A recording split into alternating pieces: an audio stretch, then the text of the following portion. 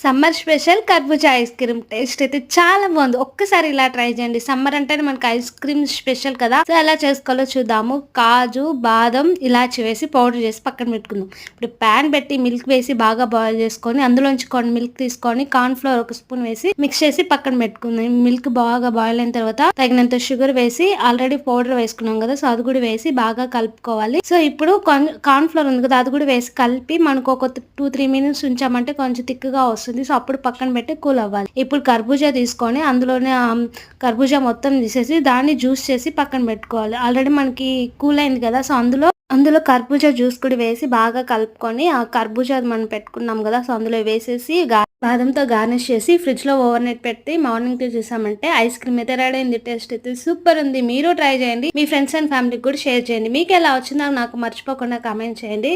So ice cream అయితే చాలా బాగుంది. Thanks for watching.